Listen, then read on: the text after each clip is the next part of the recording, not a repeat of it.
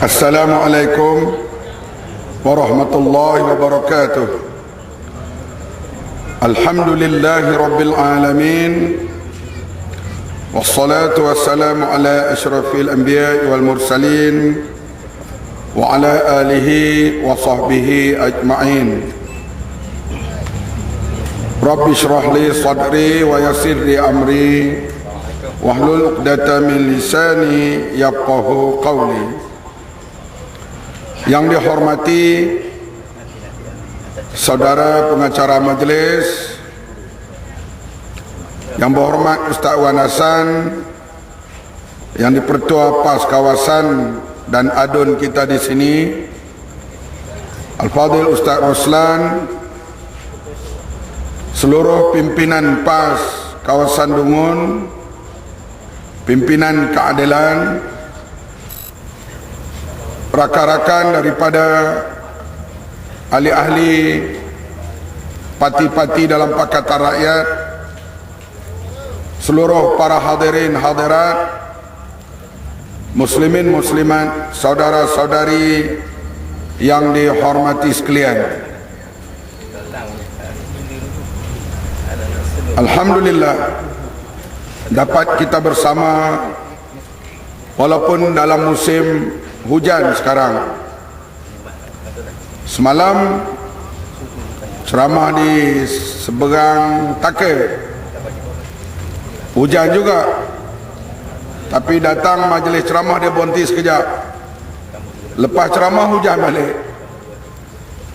Malam ni insyaAllah cuaca baik sekarang, tapi musim hujan dia boleh turun air bila-bila. Seperti yang diberitahu oleh pengerusi tadi, besok pagi pukul 9 saya kena ada di mahkamah untuk kes bersih, untuk kes protes yang telah dibicarakan dekat 3 tahun belum habis lagi. Dan 29 dan 30 saya kes di Pulau Pinang pula, iaitu kes kereta saya yang kena pecah cermin tu, kerana dituduh menghalang penjawat awam. Satu kes baru selesai, iaitu kes himpunan bersih, himpunan yang berlaku 10 hari bulan November tahun 2007, yang tuan-tuan semua pakai baju kuning, dihadiri oleh puluhan ribu, setengah kata ratus ribu di Kuala Lumpur kerana menuntut pilihan raya yang adil. Di antara tuntutan kita supaya orang yang mengundi celup dengan dakwat jarinya atau sebarang tanda. Yang kedua, hapus pengundi pos. Yang ketiga, kita minta daftar otomatik. Umur 21 tahun otomatik jadi pemilih dalam pilihan raya. Yang keempat, media yang adil. Dalam 4 tuntutan rakyat, satu pun dia tak ikut, satu pun tak. Bahkan makin hari makin teruk apa yang dibuat oleh Kerajaan Barisan Nasional terhadap tuntutan rakyat. Oleh itu kita akan terus menuntut. InsyaAllah badan-badan NGO memberitahu saya mereka akan buat sekali lagi tuntutan itu menjelang pilihan raya akan datang. Himpunan bersih 2. Kalau ada himpunan itu, tuan-tuan boleh hadir ke tidak? Himpunan bersih pertama akhirnya ditangkap 17 orang. Tangkap ramai, ditangkap ramai, tapi yang didakwa di mahkamah 17 orang. kami dibicarakan hakimnya Jajik Singh, Datuk Jajik Singh Bengali Singh, peguam kami Hanifah Maidin, dan dibantu oleh 2 orang peguam yang lain. Pendakwa 2-3 orang mendakwa kami dengan saksi daripada Ketua Polis Wilayah, Ketua Polis Daerah Dangwangi, Ketua Polis Daerah Sentul. Dia ada 3 Ketua Polis Daerah yang dipanggil untuk memberi keterangan. Hadirin sekalian, dan polis-polis yang menangkap, juru kamera RTM yang merakam perbicaraan berjalan sehinggalah 19 hari bulan yang lalu, hari raya ketiga. Hari raya yang ketiga, pihak peguam kita membuat penggulungan, diikuti dengan pendakwa membuat penggulungan. Kemudian peguam kita jawab balik bawa perkara. Aku ni tak ada sijil lah boleh jadi peguam dah, lama duduk dalam mahkamah. Jadi hadirin sekalian, akhirnya hakim selepas habis dengar hujah, dia kata berehat 10 minit untuk dia buat keputusan. Selepas 10 minit, mahkamah bersidang semula. Datuk Ranjit Singh masuk. Dia pun membaca keputusan yang dia buat. Panjang bacaan keputusannya, yang saya nak sebut kuliah hakim, ataupun sekarang ni orang panggil tazkirah, syarahan hakim sebelum dia buat keputusan. Di antaranya Hakim Datuk Ranjit Singh disebut, orang Islam bebas berada di kawasan masjid. Selepas Zuhur mereka ditangkap ketika berada dalam perkarangan masjid. Hakim tu kata orang Islam boleh berada di kawasan masjid daripada Zuhur, dia boleh menunggu sehingga sembahyang asar.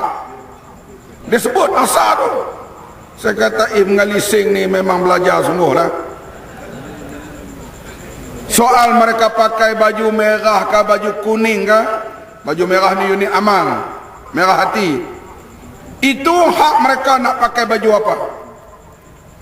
Tetapi pihak polis menangkap orang berada dalam perkarangan masjid melanggar Perlembagaan Malaysia, iaitu melanggar artikel 11 Perlembagaan Malaysia.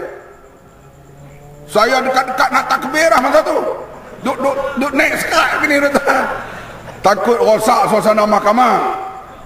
Maklumlah dia bukan orang Islam, nanti dia terkejut lah mahkamah pula kita tak boleh buat bising. Oleh itu, perbuatan pihak polis menangkap mereka yang berada di antara Zuhur dengan Asar di pekarangan Masjid Negara telah melakukan kesalahan, dan ianya bertentangan dengan artikel 11 Perlembagaan Malaysia, iaitu kebebasan beragama. Di kawan-kawan saya belakang duk angkat tangan gitu ya. Dia kata nanti jangan. Maka kesemua mereka yang ditangkap di pekarangan masjid ini saya bebaskan dan tak perlu membela diri. Kemudian dia pergi kena tangkap depan Sogo.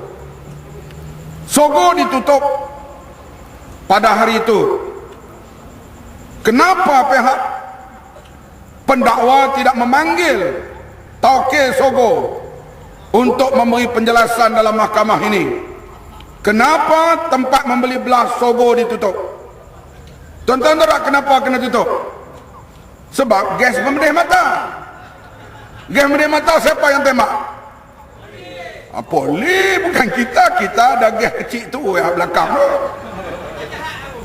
Jadi kata kata hakim, oleh kerana Tauke Sogo tidak dipanggil menjelaskan kenapa Sogo ditutup, maka tempat itu tempat membeli belah, siapa saja boleh berada di situ, dan penangkapan di hadapan Sogo saya tolak dan saya bebaskan mereka tanpa perlu membela diri. Mari pula tuduhan dipanggil OKT 16. Aku OKT 16. Dia kata Muhammad Sabu memang dalam video ada di jalan raya. Kemudian bila perarakan itu sampai ke Istana Negara, OCPD mengizinkan pemimpin-pemimpin perhimpunan menghantar memorandum kepada pejabat yang di Pertuan Agong. Selepas hantar memorandum,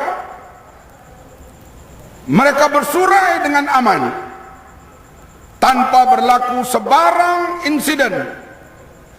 Oleh itu, oleh kerana mereka bersurai dengan aman hari itu, tidak berlaku perhimpunan haram seperti yang dituduh. Oleh itu, Muhammad Sabu dibebaskan dan tidak perlu dipanggil untuk membela diri. Lega.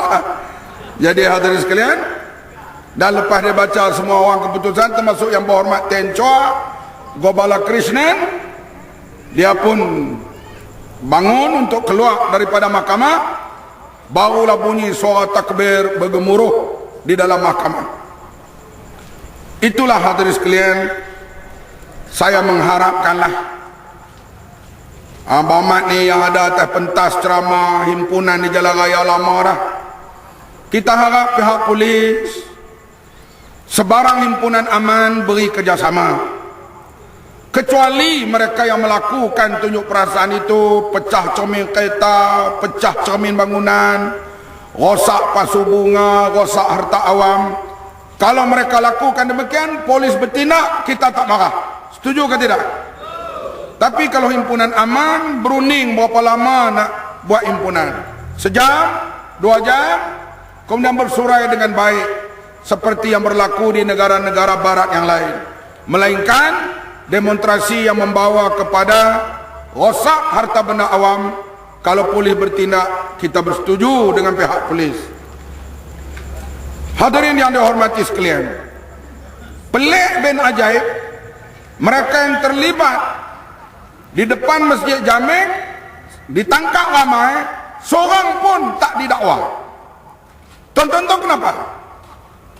Karena disitulah berlaku sepak tendang terajang terhadap penunjuk perasaan. Cucu Pak Yazid Jaafar pecah tempurung lutut karena disepak dan dipijak oleh pihak FRU. Mereka ditangkap tapi tak didakwa.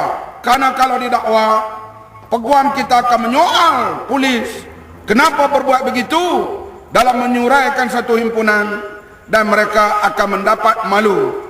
Sebab itu, kumpulan yang berada di depan Masjid Jamek, seorang pun tak didakwa. Hadirin yang dihormati sekalian, kes telah selesai. Sama ada kita nak dakwa balik atau tidak sebagainya menuntut kerugian, itu kita serahlah kepada peguam kita. Sebab saya sendiri tak erti, peguam kita lah akan membuat kajian kes-kes seperti itu.